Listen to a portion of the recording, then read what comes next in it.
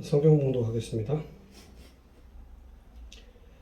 즉시로 각 회당에서 예수의 하나님의 아들이심을 전파하니 듣는 사람이 다 놀라 말하되 이 사람이 예루살렘에서 이 이름 부르는 사람을 잔해하던 자가 아니냐. 여기 온 것도 저희를 결박하여 대제사장들에게 끌고 가고자 함이 아니냐 하더라. 사울은 힘을 더 얻어 예수를 그리스도라 증명하여 다메섹에 사는 유대인들을 굴복시키니라. 여러 날이 지나매 유대인들이 사울 죽이기를 공모하더니 그 계교가 사울에게 알려지니라. 저희가 그를 죽이려고 밤낮으로 성문까지 지키거늘 그의 제자들이 밤에 광주리에 사울을 담아 성에서 달아내리니라. 사울이 예루살렘에 가서 제자들을 사귀고자 하냐 다 두려워하여 그의 제자됨을 믿지 아니하니 바나바가 데리고 사도들에게 가서 그가 길에서 어떻게 주를 본 것과 주께서 그에게 말씀하신 일과 다메섹에서 그가 어떻게 예수의 이름으로 담대히 말하던 것을 말하니라. 사울이 제자들과 함께 있어 예루살렘에 출입하며 또 주 예수의 이름으로 담대히 말하고 헬라파 유대인들과 함께 말하며 변론하니 그 사람들이 죽이려고 힘쓰거늘 형제들이 알고 가이사랴로 데리고 내려가서 다소로 보내니라. 그리하여 온 유대와 갈릴리와 사마리아 교회가 평안하여 든든히 서가고 주를 경외함과 성령의 위로로 진행하여 수가 더 많아지니라.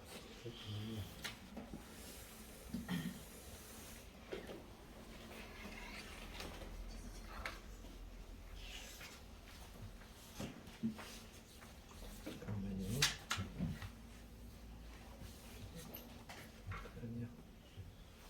잠깐만 기다려주세요.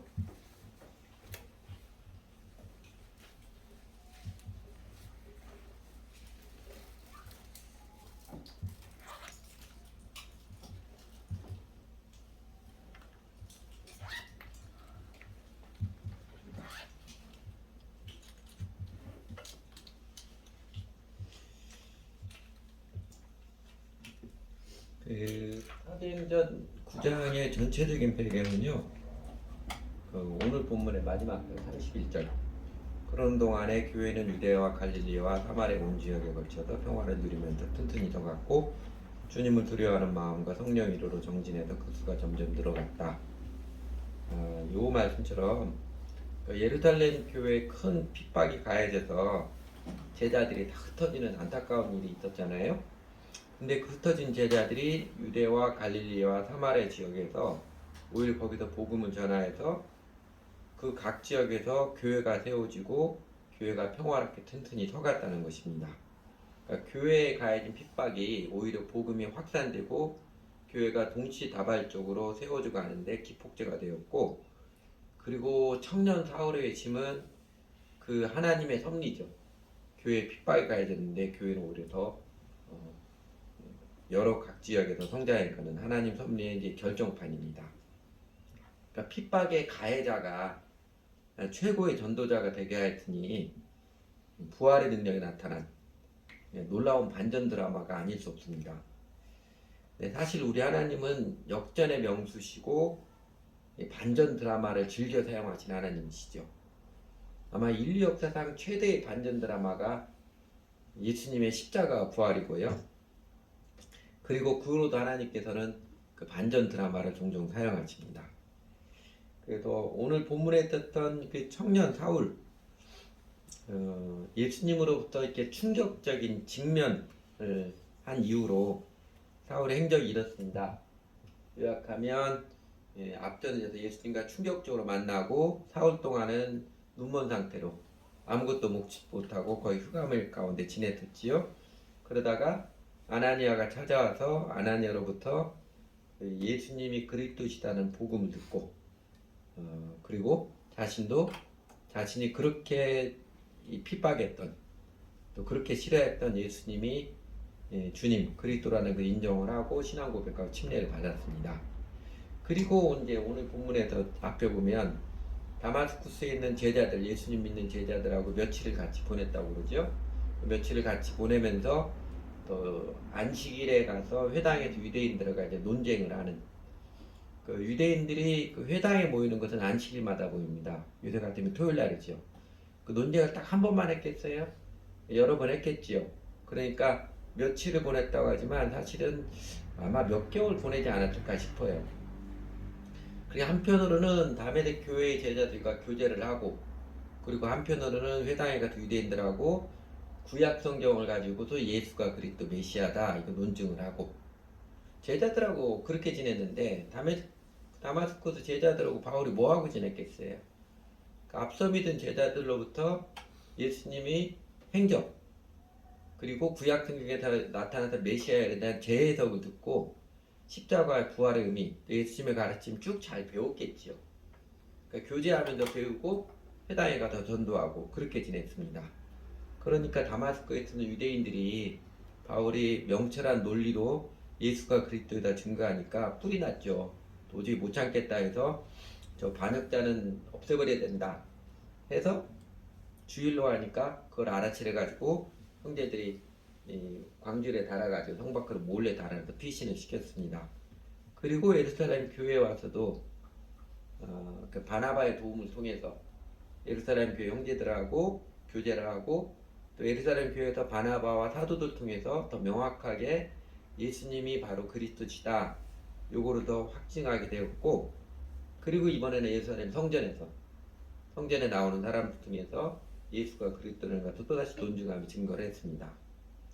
이렇게 지냈어요. 이러는 과정 가운데 오늘 본문에서 그 회심한 청년 사울의 행적, 도드라지게 반복해서 가르쳐 주는 게 이 사울이 예수 그리스도를 증거하는 모습입니다. 그러니까 다마스쿠스의 회당에서도 예루살렘 성전에서도 청년 사울은 유대인들에게 거침없이 예수가 그리스도다 복음을 증거했습니다. 그리고 그가 전한 복음은요, 내가 이렇게 극적으로 드라마틱하게 예수님을 만났다 그거 전한 게 아니에요. 그거 전한 게 아닙니다. 그 22절에서 봤던 것처럼 그러나 사울은 더욱더 능력을 얻어서 예수가 그리스도이심을 증명할 때가 되면 논증했다는 것이죠. 구약 성경을 가지고 예수가 바로 그리스도임을 증명하고 증거한 것입니다. 그래서 훗날 사도 바울은 전도자로서 자신의 삶을 이렇게 고백을 하지요. 고린도 4장 5절인데 우리는 우리를 전파하는 것이 아니라 오직 그리스도 예수의 주 되신 것과, 이게 초점이 있죠. 또 그 예수가 주님 되심을 증거하기 위해서 기꺼이 사랑의 종이 됨을 증거하며 살았습니다. 그러니까 바울이 평생에 복음을 전하면서 가르치면서 핵심을 했던 것은 예수가 그리스도 주님이시다 이 사실입니다. 예수가 그리스도 메시아다, 이게 복음의 핵심입니다. 그러니까 예수님 당시 유대인들은 예수가 그리스도 메시아라는 게 어떤 의미인지 이거 따로 설명하지 않아도 그들은 오랜 구약과 이스라엘의 역사 문화이기 때문에 이게 무슨 의미인지 다 잘 알고 있었습니다. 근데 오늘날 대한민국 사람들은 좀 다르지요. 예수가 그리스도가 주님이다 하면 자세히 설명해 주지 않으면 이게 무슨 뜻인지 모르잖아요. 그냥 예수는 first name, 그리스도는 last name 이런 식으로 감을 잡기 쉽습니다. 아직도 많이 반복되는 대한민국 교회의 안타까움이 신앙생활의 말씀을 정직하게 가르치고 가르침을 받아서 배우는 게 아니라 그냥 교회 다니면서 눈치와 통밥으로 때려잡는, 그래서 앞서도 교회 다니는 사람 모습 따라서 하는 그런 모습이 반복되는 게 아직도 안타까운 현실입니다. 예, 그리스도 지난주일 성경학교에서 보았던 것처럼 문자적으로는 기름 부음을 받은 자라는 뜻입니다. 그러니까 구약 전통에서 이스라엘 전통에서 왕하고 제사장하고 예언자 이들이 취임식 때 머리에 올리브 기름을 실제로 올리브 기름을 부어가지고 그걸 통해서 이 사람은 신적인 권위, 하나님으로부터 권위가 있는 자라는 그 선포를 한 것입니다. 지난주 제가 인도자들에게 전해줬는데 인도자 중에서 들으셨겠지만 다시 한번 확인하면 우리 성경학교 교재에서 그리스도를 기름 부음 받은 자를 단순히 사명자로 해석한 것은 좀 매우 안타까운 일이에요. 다시 근거가 별로 없는 것입니다. 그냥 쉬운 해석인 것 같아요. 저희가 하는 교재 하나님과 대면하는 성경부 정말 탁월한 교재인데 여러분도 예수 보면서 깜짝깜짝 놀랄 때 많지요. 저도 예수 보면서 이 교재에 이렇게 써내신 그 목사님 정말 존경하고 이전에 존경했지만 깜짝깜짝 놀랄 게 많습니다. 그런데 그 해석만큼은 아쉬운 대목이 있어요. 유대인들이 메시아 그리스도라고 했을 때는요, 구약에서 메시아연이 성취되어서 이스라엘의 삶을 이스라엘 백성들에게 모든 삶의 질곡, 세상의 폭력과 불의를 물으시고 샬롬의 나라를 이끄시는 절대적인 통치자, 영원한 구원자로 다 그렇게 인식하고 있었습니다. 그래서 오늘날 백과사전이나 일반적인 백과사전에서 여러분 네이버나 다음에서 이런 포털에서 검색해 보면 그리스도스 하면 뭐 위키 백과사전이든 백과사전이든 모두가 다 그리스도의 뜻은 로드 앤 세이비어, 영원한 왕이고 궁극의 구세주로 그렇게 설명하고 있습니다. 그러니까 그리스도는 그 뜻이에요. 영원한 왕이시고 궁극의 구세주이시다. 그런데 그리스도 예수님 이 땅에 사셨던 행적이 그 절대적인 통치자 다윗 왕보다 훨씬 영원하신 왕 조금 다르잖아요. 왕하면 세상적인 왕을 다 생각하라니까 정말 무한한 권력을 가지신 분, 뭐 이렇게 절대적인 통치라 생각을 하는데 예수님 행적이 그렇지 않잖아요. 그래서 유대인들이 예수님의 행적을 보고서 그냥 중앙 무대에 진출하지도 않고 갈릴리 구석에서 몇 개 마을을 돌아다니면서 몇 명 제자들과 아웅다웅 살고 있으니까 야 무슨 메시아 그리스도가 저 모양이냐, 뭐 세상 인구와는 완전히 다른 어쩌면 초라한 모습으로 살아가는 거고, 아니 겨우 제자들 몇 명 데리고 다니면서 지가 무슨 메시아다라고 하고, 근데 가끔 보면 입에 바른 소리만 콕콕 찔러대고 있고, 그래서 유대 종교제도자들이 정치적 술수를 써서 십자가에 못 박았고, 유대 군중들이 나중에 예수를 우습게 여겨가지고 죽여라 죽여라 십자가 못 박아 죽여라 이렇게 놀리고 했던 게, 예수님 행적이 자신들이 생각하는 메시아 왕가는 그렇지 않거든요. 아무런 권력이 없는 사람처럼 보이거든요. 근데 여러분 심지어는요, 기독교 역사로 그 이후로 기독교 역사도 신학자들 중에도 어떤 사람은 메시아, 그리스도, 절대적 왕권을 지닌 사람이 그렇게 처참하게 십자가에 달려 죽을 수 있겠는가? 예수는 실패했다. 이런 논증을 펴기도 했습니다. 인간적으로 생각하면 그럴만하죠. 그리스도라는 인간적인 개념을 생각하면 뭐 지금 뭐 세계에서 제일 큰 교회 단임 목사보다 훨씬 더 뛰어난, 세상 왕보다 훨씬 뛰어난 그렇게만 생각했다가 아니 그냥 제자들 몇 명 데리고 아웅다웅 살아가니까 그러다 십자가 매달려 죽으니 그게 무슨 그리스도냐, 그렇게 생각하는 게 어떻게 보면 자연스럽기도 합니다. 근데 여러분 그리스도는요, 다시 반복하면 궁극적인 왕권을 지닌 절대적인 통치자이고 영원한 구원자를 뜻합니다. 그래서 유대인들이 예수가 그리스도다 이걸 받아들인 것은요, 베드로가 예수님 따라다니면서 마침내 마태복음 16장에서 주는 그리스도시요 살아계신 하나님 아들이십니다 이렇게 고백했고, 12제자 중에 그 유다 가룟 유다 빼고 도마 11번째로 마지막으로 도마가 부활하신 예수님 앞에서 나의 주 나의 하나님이십니다 이렇게 고백했듯이요, 예수가 그리스도다 받아들인다는 것은 예수님을 나의 왕, 나의 주님, 나의 영원한 통치자로 받아들이는 것, 예수님 나의 주님과 관계를 맺는 것을 말합니다. 복음의 핵심은 청년 사울 때부터 사도 바울이 평생 증거했던 바로 그 진리, 예수가 그리스도이십니다 이것입니다. 영접기도 한번 따라하면 구원받습니다 이게 아니고요. 오늘날 대한민국 교회의 무기력 또 세속화는요, 결정적으로 복음의 핵심, 본질을 생략하거나 본질을 모호하게 놔두었기 때문이라고 생각합니다. 그래서 교회당 안에는 예수를 믿는다고 하지만 그 믿음의 실체가 뭔지도 모르고 예수님을 나의 주님, 나의 임금님으로 관계를 맺고 주 예수님을 제일 소중히 따르겠다는 그런 사람은 교회당 안에 사실은 매우 적은 현상이 나타나는 것입니다. 그렇게까지 할 필요했을까? 구원받아도 되었지. 마음속으로 이렇게 무섭게 속고 있는 사람들이 너무 많아요. 사실은요, 제가 여러 번 반복하니까 그 이유들을 명확히 다 일일이 열거하지 않아도, 이런 사람들, 예수님과 사랑의 주종 관계를 맺지 않은 사람들, 사실은 예수를 안 믿는 사람들이고요. 믿지 않은 사람들이고요. 사실은 구원 못 받은 사람들입니다. 그래서 제가 여러분들에게 그렇게 예수가 주님이십니다. 예수 믿는 것 나의 주님으로 인격적 관계를 맺고 있으면 따르는 것입니다. 이 인격적 회심을 강조하는 이유가 그래서 그럽니다. 성경은 이렇게 명확히 증거해요. 우리가 보는 사도행전에서 그렇게 예수님을 나의 주님으로 나의 메시아로 이제 모시고 제가 예수님 평생 따르는 제자로 살겠습니다. 그래서 침례를 받지요. 그래서 내 마음을 확정을 하고 저는 이제 새롭게 삽니다. 예수님을 주인으로 모시 살아간 사람입니다. 그래서 침례를 받는 것입니다. 그래서 지금은요 저희가 그 청년 사울이 유대인들을 회당에 찾아가서 예수가 그리스도십니다. 또 예루살렘 성전에 찾아가서 유대인들하고 예수가 그리스도 메시아입니다. 논증하며 증거했듯이 저희도 예수가 그리스도심을 증거하는 위대한 사명을 가진 사람들입니다. 특권이에요. 그렇다고 저희도 다른 교회 찾아가라거나 다른 교회 다니는 사람들 골라서 전도하라 그런 거 아니고요. 그 사람이 교회를 다니고 있는 사람이든 그러지 않는 사람이든 개인적으로 교제하면서 이 사람은 정말로 예수님을 주인으로 관계를 맺고 주님을 따르는 사람인가 자연스럽게 알 수 있죠.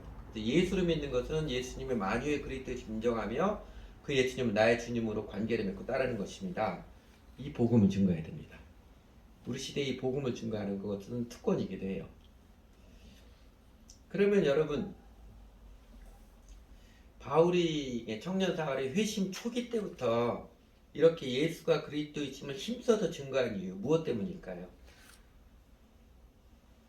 여러분 원래 자존심 센 사람들은 또 좀 양식 있는 사람들은 자신이 변심했거나 배반하는 거 이런 거 무지하게 싫어하잖아요.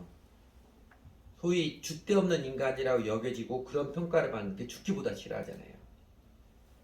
그런데 청년 사울은요 마치 줏대도 없는 사람처럼 예수쟁이들을 잡아 죽이려고 했을 만큼 과격했던 사람인데 어떻게 그렇게 갑자기 확 180도 바뀌어서 예수가 그리스도다 증거하며 다니게 되었을까요? 우선은 여러분도 다 짐작과 아시는 것처럼 청년 사울이 누가 시켜서라거나 또는 다마스 교회에 갔더니 교인이 몇 명 없어. 그러니까 다마스 교회 교인들 늘리려고 교회 부흥시키려고 열심히 전도한 건 아닙니다. 그죠? 또 사례비 받고서 영업을 뛴 게 아니에요. 여러분 오늘날 세상 사람들이 교회의 전도에 거부감을 갖는 큰 이유죠. 전도자들을 거부감 큰 이유 중에 하나가 왜 그래요? 속이 보이거든요. 이 교인들이 자기네 교회 나오라고 그러는구나 마치 교인 늘리려고 영업 뛰는 것처럼 그런 속됨이 느껴지기 때문 아닐까요? 또 여러분 이 청년 사울이 이렇게 예수가 그리스도다 전도하는 게 즐거웠을까요? 하기 싫은데 의지력을 동원해서 극기 훈련하듯이 했을까요? 그러니까 좋아서 했을까요? 아니면 제자의 의무 최소한 하루에 한 사람을 만나서 복음을 전한다 스스로 규칙을 정해서 아니면 다마스커스 제자들과 함께 교회적으로 우리가 일주일에 한 사람을 만나서 복음을 전한다 그런 규칙에 충실하기 위해서 의무감이 됐을까요? 대답하는데 여러분 다 아시겠지요. 여러분 우리 교회 성장시키기 위해서 우리 교회 교인들을 위해서 전도해야 된다 그런 사명감 갖지 않아도 됩니다. 그런 거 갖고 있는 사람도 없는 것 같지만요. 이 교회 성장은 하나님께서 스스로 이루어주십니다. 하나님 나라는 자국계과는 중에 저절로 자라게 하시는 것처럼 교회도요 하나님께 정직하면 교회 성장은 하나님께 스스로 이루어주십니다. 아 목사님 그래갖고 교회 성장하겠습니까? 이런 걱정하지 않으셔도 됩니다. 또 내가 내 체면이 있지 그래도 내가 교회 짬밥이 얼마인데 의무감에서 전도해야 된다고 자신을 열어 몰아가지 마십시오. 그러지 않아도 됩니다. 그냥 예수님 바로 알고 예수님 바르게 믿으면요 우리 교회 주님께서 알아서 다 인도해 주십니다. 알아서 다 인도해 주세요. 아닌가요? 제가 거꾸로 이런 사명감, 의무감이라도 있어야 한다고 전도해야 된다 막 강조해 맞는 걸까요? 아니에요. 저희가 예수님 바로 알고 예수님 바르게 믿으면요 우리 개인의 삶뿐만 아니라 교회 공동체에서 주님께서 다 알아서 인도하십니다. 핵심은 이거예요. 오늘 설교 제목이 회신자는 전도가 자연스럽습니다인데 이게 진실입니다. 그래서 여러분 내가 교회 짬밥이 얼마인데 근데 전도하고 싶은 마음이 1도 없이 그냥 살아간다면요 뭐 봐야 돼요? 내가 정말 회심한 사람 맞나? 내가 예수님을 정말로 믿는 사람 맞나? 내가 정말로 구원받은 사람 맞나? 이 질문 품어야 됩니다. 그 질문 직면해야 됩니다. 그러면 여러분 청년 사울은 이렇게 자존심으로 똘똘 뭉쳐서 살던 사람인데 어떻게 그렇게 교회를 시도하던 사람이 휙 돌변해서 예수가 그리스도다 복음을 증거하게 되었을까요? 이런 거 하니까 제가 묵상을 해봤습니다. 첫째는요, 자신이 스스로 속았다. 내가 속고 살았구나. 진리를 깨달았기 때문이지 않겠습니까? 예수님을 만나고 예수님의 그리스도 메시아임을 발견하기 이전에 자신이 헌신하고 집착했던 유대교, 체면과 프라이드를 제일 중요한 가치로 여기는 종교인, 그 인생길이 얼마나 허망한 것인지 아니 얼마나 해악된 것인지를 그가 깨우쳤기 때문에 그렇습니다. 예전에 그 1978년에 우리나라에 나온 대중가요 중에 인터넷에 보니까 불의의 명곡이라고 소개하던데 흘러간 옛 노래, 그 김도양 씨가 작사하고 작곡한 노래, 이런 노래 있었습니다. 난 참 바보처럼 살았군요. 여러분도 그 제목 숱하게 들어봤었지요? 어느 날 난 낙엽 지는 소리에 갑자기 텅 빈 내 마음을 보았죠. 허망하게 살아온 자신의 인생을 보면서 난 참 바보처럼 살았구나. 그 가다가 뱃속 깊이까지 내려가는 그 느낌 말합니다. 처음에 제 기억에는 윤한기 씨가 부른 걸로 있는데 이 양반이 워낙 그 슬픈 여자로 불렀는지 그 노래가 자조지고 왜 그렇게 대표적이냐 해서 그때 당시는 독재정권 당시에 금지곡으로 찍혀놨습니다. 방송 못하게 금지 찍혀놨는데 그래서 제가 이번에 설교 준비하면서 인터넷 찾아보니까 윤한기 씨 노래는 하나도 없더라고요. 인터넷 안 나왔더라고요. 근데 웬만한 가수들은 이 노래 한 번씩 다 불렀습니다. 작사 작곡은 김도양 씨도 그렇고 김태화 씨, 이종용 씨, 서유석 씨, 심지어 여자가 한 번씩 다 불렀습니다. 그 이종용 씨는 나중에 목사가 되었잖아요. 그 자신의 간증집 제목을 그렇게 전했어요. 난 참 바보처럼 살았군요. 이렇게 하게 됐습니다. 그리고 우리나라에 사연 많은 유명한 배우 최은희 씨라고 있었죠. 북한에도 갔다가 다시 남한했던 최은희 씨가 2018년에 미국의 병원에서 죽었는데 그 임종을 앞두고 마지막 유언이 뭐였냐면요. 난 참 바보처럼 살았군요. 그 노래 좀 틀어주세요. 그게 마지막 유언이었어요. 그 노래 들으면서 죽어갔어요. 세상에 속고 자기 자신의 잘난 척하고 싶어하는 오만함에 스스로 속고 결국 마귀에게 속은 인생, 그렇게 청춘과 인생 세월을 속고 살았던 발견했을 때 그게 미친 짓인지도 모르고 이전에 자기처럼 속고 살고 있는 친구들, 가족들, 동포들이 견딜 수 없는 것이지요. 제가 사람들 만나면 꼭 하는 이야기가 있습니다. 아마 여러분들도 저랑 개인적으로 만나면서 한 번씩 이야기 다 들어봤을 거예요. 제가 처음에 교회 다닐 때요.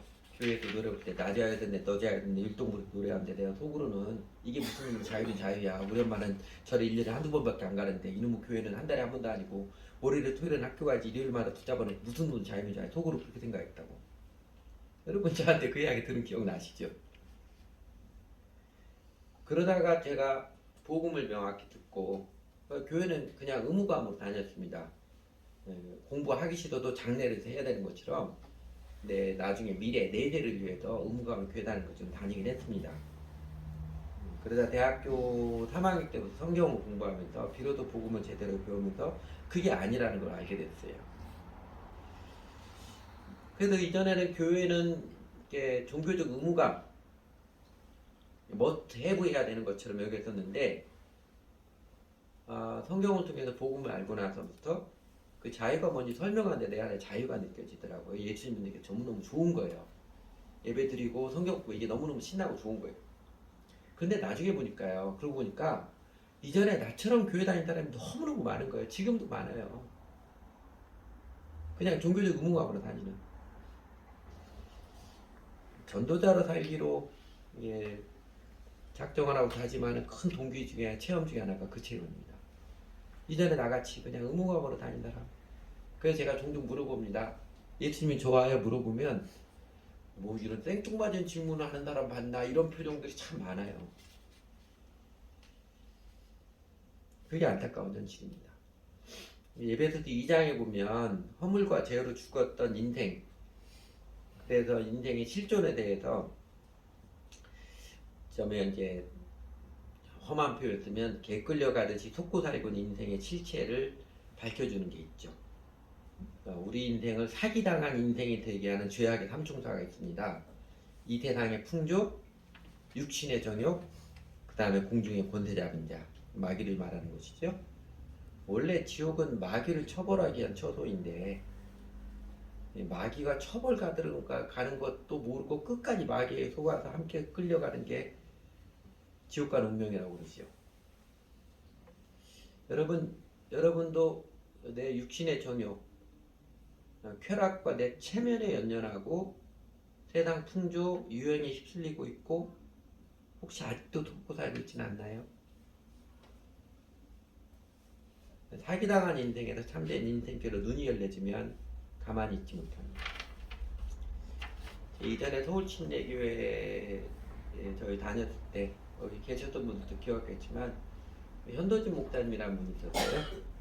담임 목사님인데 이분은 거의 설교 때마다 제가 보기에는 두 번에 한 번꼴로는 자신이 목사였었는데 거듭나지 않았습니다.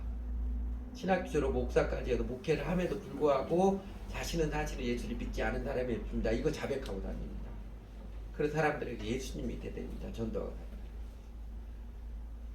한스러운 거죠. 자기가 예수님을 주님으로 믿지 않았음에도 불구하고 그냥 기독교 종교인으로 열심을 내서 살았던 그 속고 사는 인생이 한스러운 겁니다. 청년 사원도 마찬가지일 거예요. 하나님 잘 믿는다고 유대교에 아주 광적으로 살았는데 내가 엄청 속았구나. 스스로에게 속았구나. 세상에 속았구나. 예수님 믿고 나서 그러고 나서 사람들에게 가만히 있지 못해 복음을 전하는 것입니다. 또 하나 둘째는요. 청년 사울이 그렇게 회심 초기 때부터 열심히 복음을 전하며 살았던 내면의 이유 이런 걸 거예요. 그 예수님이 죄인된 자신도 사랑해 주시는 그 예수님의 사랑을 알고 감격했기 때문일 것입니다. 만약에요 청년 사울이 예수님을 만난 일이 없이 예수님이 그렇더라는 걸 만난 일 없이 그러니까 복음을 듣지 못한 채 자신이 속고 살았음을 깨달았다면 어땠을까요? 좌절을 넘어 더 자하게 아마 우울증에 견디지 못했을 것입니다. 근데 여러분 오늘날 우리 주변에 그런 사람들 많이 있지 않나요? 술 퍼마시지 않으면 견딜 수 없는 이 패배의식을 안고 사는 사람들, 쪽팔림에 몸부림치는 사람들 주변에 많이 있지 않아요? 그래도 괜찮은 교회인인 척, 괜찮은 사람인 척, 심지어 교회에 나와도 괜찮은 교인인 척, 이 체면이라는 더 두터운 가면을 쓰고 살아가는 사람들 많잖아요. 청년 사울이 자신이 미친놈처럼 산 인생, 사소한 것에 목숨 걸어서 탕진한 청춘, 참 바보처럼 산 인생을 깨달았음에도 자살한다거나 인생의 뒤안길로 찌그러지 않았던 결정적인 왜 그래요? 그러니까 복음을 듣고 알았습니다. 네가 왜 나를 핍박하느냐? 나는 네가 핍박하는 예수다. 가시체를 뒷발질하게 내게 고통이지 않더냐? 무섭게 돌직구를 날친 예수님이 사실은 자신을 정말로 사랑하신다는 복음을 듣고 알았습니다. 예수님께서 그 유대인들이 주는 수모와 교활한 위선, 고통과 아픔을 다 감내하면서 십자가에서 죽으시기까지 했던 마음이 자신까지도 사랑하시는 사랑, 죄인을 사랑하시는 은혜의 사랑을 듣고 알았을 때 그는 감격했습니다. 그래서 이 고백 나오는 것이죠. 우리가 아직 죄인 되었을 때 그리스도께서 우리를 위하여 죽으심으로 하나님께서 우리에 대한 자기의 사랑을 확증하십니다. 그래서 이 고백 나오는 것입니다. 바울이 그 감격 체험에서 나온 고백이며 진리이지요. 살아온 인생 돌아보니까 쪽팔려서 어디 죽음이라도 숨고 싶은데, 그러나 예수님께서 그런 내 자신을 사랑하신다고 말씀해 주시니까 괜찮다. 내가 너 사랑한다. 그러면서 내 죄와 허물의 값을 다 치르기 위해서 내가 십자가 형벌을 대신 받았다. 그러니 너는 자유다. 네 죄가 다 사야겠다. 너는 내가 택한 그릇이다. 네 인생에 뜻이 있다. 그러니 나를 따르라. 불러주시니 감격했으며 새로운 생명, 새로운 힘을 얻었습니다. 그리스도의 사랑이 우리를 강권하신도다. 바울이 그 고백하죠. 고백했듯이 청년 사울은 이후 사도 바울로서 죽을 때까지 그 그리스도의 사랑에 감격하여서 그 사랑에 응답해서 살았습니다. 그리고 예수님은 이 청년 사울뿐만 아니라 죄인된 우리를 한 사람 한 사람을 정말로 사랑하십니다. 여전히 속고 사는 인생, 그래서 더욱 긍휼히 여겨주시며 우리에게 하나님이 사랑하신다. 나 예수가 그리스도 주이다. 나는 세상에 비치니 나를 따르는 자는 어둠에 다니지 않고 생명의 빛을 얻으리라. 복음을 들려주십니다. 세 번째로, 청년 사울이 회심 초기서부터 아주 신나는 유쾌한 전도자로 살았던 것 같아요. 그렇게 살아갔던 이유, 청년 사울이 평생의 유쾌한 전도자로, 지칠 줄 모르는 복음 전도자로 살았던 것은요, 한 번의 체험 이벤트 때문이 아니라요, 인생에 대한 진실과 주 예수님의 은혜의 사랑을 그가 점점점 크고 명확하게 깨달아 확신했기 때문이라고 생각합니다. 그러니까 그는 속고 살았던 자신의 인생에 대한 각성과 함께 죄인된 자신을 사랑해 주시는 주 예수님의 은혜의 사랑을 한 번 경험으로 알고 그거를 평생 우려먹은 게 아니고요, 점점점 깊이하라고 점점점 크고 명확하게 깨닫고 확신했기 때문입니다. 그러니까 다마스쿠스로 가는 길목에서 예수님은 신비적으로 맞닥뜨렸던 딱 한 번의 이벤트 때문에 그가 헷가닥 변해서 그렇게 된 것이 아니라는 것입니다. 물론 그 한 번의 맞닥뜨림이 결정적 계기가 되었지만, 청년 사울이 열정의 전도자, 어떤 고난에도 끄떡하지 않고 예수는 그리스도시다 즐거이 그 복음을 즐거이 전하는 유쾌한 전도자로 살아가게 되는 더 중요한 이유는 이런 것입니다. 아까 오늘 보았던 청년 사울 행적인데, 그 중에 하나 저희가 조금 상식적으로 알아야 될 게, 사울의 피신, 광주일에 달아서 피신될 때 전이라고 해석하는 학자도 후라도 알 수 있는데, 바울이 다메섹에서 회심하고 그 다메섹인 다마스쿠스에 있는 제자들하고 같이 교회 생활, 또 교제하고 배우고 또 회당에 가서 전도하고, 그 중간인지 그 마칠 때쯤인지 3년 동안, 어떤 사람은 7년이라고도 하는데, 아라비아 광해로 칩거한 적이, 아라비아 광해에서 혼자 칩거한 적이 있었습니다. 아라비아 광해에서 이제 칩거한 적이 있었는데, 그게 저 앞일 수도 있고 뒤일 수도 있는데, 여러분 바울이 아라비아 광해에서 칩거했을 때 뭐 했을 것 같아요? 자신은 평생 유대교 사상을, 구약 성경을 달달달 외워가면서 유대교 사상을 주입해서 교육받은 사람이잖아요. 그러다 예수님 만나고 제자들에게 아나니아에서 배움받고 제자들 다마스쿠스 제자들에게 가르침받고 교제하면서 자신이 평생 배워왔던 구약 성경을 재해석하는, 이렇게 해석, 유대교도 이렇게 해석하는 건 잘못이구나 깨닫게 되고 버리게 되고, 예수가 그리스도라는 초점으로 명확하게 재해석을 하는, 그래서 자신의 이제는 그리스도인으로서 사상, 좀 삭막한 표현으로 사상무장을 했고 성경적 세계관, 가치관이 자리 잡힌 것이지요. 자신의 인생의 목표와 비전과 가치관이 그때 정립됐다고 봐도 과언이 아닙니다. 물론 그 한 번만이 아니지요. 예수님을 딱 맞닥뜨리고 사흘 동안 암흑을 지낸 다음에 청년 사울이 아나니아 만나서 복음을 듣게 했더니 눈이 떠졌잖아요. 개안을 했고, 제자들과 함께 지내면서 성경에는 며칠이라고 하는데 실제로는 몇 달 걸렸을 거예요. 최소한 몇 달에 뭐 하며 지냈겠어요. 그들과 대화하며 예수님의 이야기 듣고 또 자세히 들었을 것이고, 그래서 자기가 했던 구약성경 시집과 함께 마음이 확신되어서, 그래서 회당에 쫓아가서 일요일마다 토요일마다 안식일마다 회당에 쫓아가서 예수가 그리스도 메시아 맞다 논증했을 것이고, 그렇게 논증하면 집에 따라 다시 또 검토하잖아요. 자신이 알고 있던 구약 지식을 다시 검토하면서 자기 안에 예수가 그리스도를 더 확증했을 것입니다. 그리고 아라비아 광야에서 지내면서 자신의 사상과 가치관, 유대교에서 배웠던 구약 이스라엘 역사에 대한 지식을 새롭게 정립했을 것입니다. 말하자면 아나니아 다마스쿠스 제자들과 함께 교회 생활한 것, 유대교 사람들과 논중했던 것, 또 아라비아 광야에서 집중해서 다시 재점검한 것, 이 과정을 통해서 곧 예수님을 알게 되고 자신의 인생과 이스라엘 역사, 세상에 대한 그리스도 중심의 새로운 관점, 가치관을 배우고 정립하는 확인하는 과정을 통하여서 그래서 인생의 실체에 대해서 더욱더 각성하게 되고 예수 그리스도의 사랑에 대해서 점점 더 크고 깊게 감격이 될 것입니다. 한 번의 이벤트가 아니라 배움의 과정, 배움의 삶을 통해서 그는 예수님의 사랑을 더욱더 실제적으로 경험하면서 행복한 인생을 누려갔고 더욱더 다른 영혼들에 대한 사랑이 깊어지고 확신에 찬 유쾌한 전도자가 되었던 것입니다. 바울에게는 예수님의 사랑 생명을 전하는 전도가 즐거운 일이었습니다.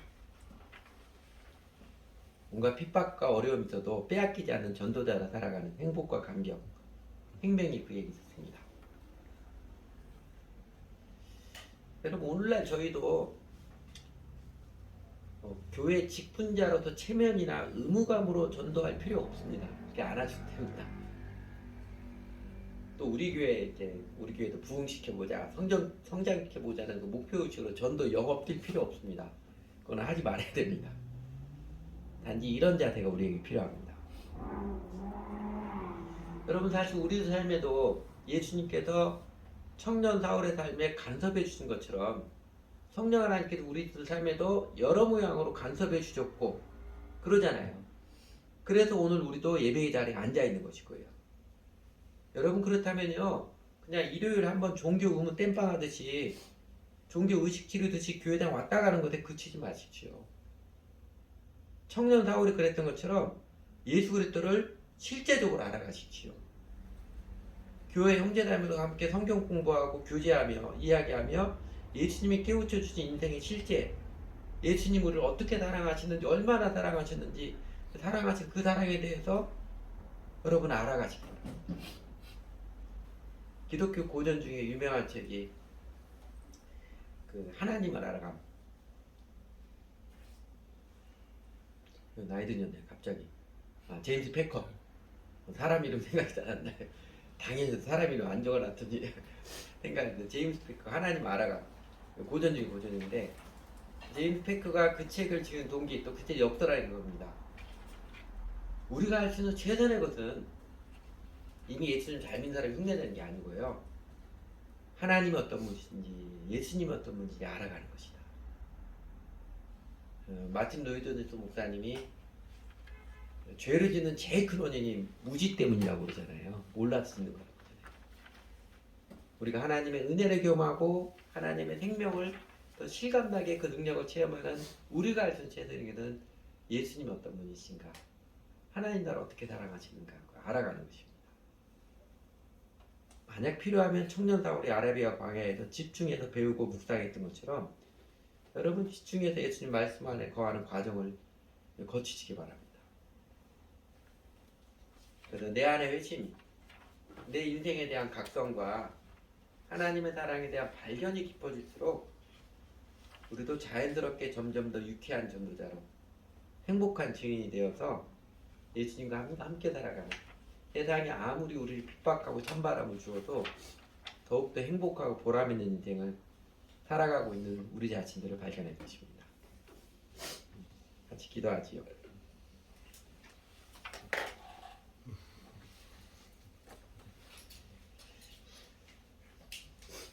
하나님 아버지, 저희에게도 성령 하나님께서 찾아와 주시고 간섭해 주시는 손길이 있어서 정말 감사를 드립니다. 바울과 청년 사회가 똑같은 체험을 하신데 그것도 한두 번이 아니라 여러 가지 손길로 저희들에게 찾아와 주셔서 예수님을 알아가게 하시고 예수님이 그리스도임을 발견토록 이끌어 주셔서 감사드립니다. 하나님, 저희들에게도 좋은 형제자매들, 예수님의 제자들을 만나게 해주셔서 서로 교제하며 복음을 더욱 잘 배우며 예수님의 사랑을 인생의 실제로 하나님의 나라와 역사의 종말의 의미를 알게 해주셔서 감사드립니다. 저희가 신앙생활하면서 예수님이 그리스도 만유의 주님을 더욱 알게 해주셔서 저희 마음이 경이로움을 느끼게 해주셔서 감사드립니다. 그리고 그 그리스도 주님께서 저희들의 주인 되어 주심이 얼마나 놀라운 은혜인지 점점 더 밝혀주셔서 감사드립니다. 저희가 얼마나 세상에 또 마귀에 저희들 스스로의 오만한 생각에 쏟고 살았었는지 참 바보처럼 살았던 저 인생 실상을 깨우쳐 주셔서 감사합니다. 또한 저희가 스스로의 우울이나 자조와 자학, 체념 가운데 자빠져 있지 않도록 죄인된 저희를 사랑해 주는 하나님의 사랑이 무엇인지 십자가의 은혜가 무엇인지 보게 하시고 점점점 알아가게 해주셔서 정말 감사드립니다. 그 사랑과 은혜의 손길이 있어서 이제는 저희가 스스로 창피하다는 생각 때문에 더 체면대서는 가면 쓰지 않고 어린아이처럼 솔직하게 하나님의 사랑을 힘입어서 이 초라한 저희 자신도 이제 사랑할 줄 알게 되고 웃으며 기뻐하며 감사하며 살아가는 삶의 비결을 알고 누리게 해주셔서 감사를 드립니다. 그래서 저희도 좋으신 예수님 체험하며 우리 이웃들에게 복음을 전하며 살고자 하는 사랑의 열망을 우리 마음에서 키워주시고 자라게 해주셔서 감사를 드립니다. 하나님 아버지, 저희가 잘못 생각하고 잘못 추구하지 않도록 더욱 깨우쳐 주십시오. 여전히 단번에 한두 번에 쉽게 이벤트 같은 체험이 없어서 난 이렇게 적당히 살 수밖에 없다는 그릇되고 오만한 생각이 잘못임을 확실히 깨우쳐 주십시오. 그 우물에 갇혀있지 않도록 저희를 일깨워 주십시오. 그냥 일요일에 예배 한번 드리면 되었지라고 적당히 머무르는 사실은 어리석은 종교의 행태에 처박혀 있지 않도록 저희들에게 새로운 충격을 주셔서라도 깨우쳐 주시고 얹어 주십시오. 저희가 참 많이도 그렇게 자아의 우물에 갇혀서 어리석은 자의 길을 고집하며 살아왔음을 하나님 용서해 주십시오. 저희도 교회에서 좀 우쭐하고 싶거나 혹은 교회 성장 욕심에 쫓겨서 전도해야 한다는 의무감이나 다른 사람들에게 강요했던 무식한 날들이 많았었는데 저희를 긍휼히 주셔서 이제는 바르게 깨우쳐 주셔서 감사드립니다. 때로는 그렇게 율법적 강제적으로 전도하는 것 아니라고 하면서 예수님 알아가려도 하지도 않은 채 적당히 게으른 육신과 오만한 영혼의 편리함대로 그냥 적당히 종교인의 생활 유지하고자 했던 참 미련한 모습도 많았는데 하나님 저희들을 오래도록 품어주시며 용납해 주시고 또 여러 손길로 깨우쳐 주셔서 감사를 드립니다. 회심이 없는데 믿는 척하면서 살지 않도록 저에게 예수님이 그리스도 주님이시라는 진실을 더 선명히 가르쳐 주십시오. 청년 사울의 외침과 초기 신앙생활의 모습 통해서 보여주셨듯이 이제는 저희도 교회 생활을 통해서 예수님을 알아가기를 더 힘쓰며 살아가겠습니다. 인생의 염려와 재리 유혹, 돈 염려 때문에 주 예수님 알아가는 생명과 기쁨을 놓치는 일이 반복되지 않도록 저희를 이끌어 주십시오.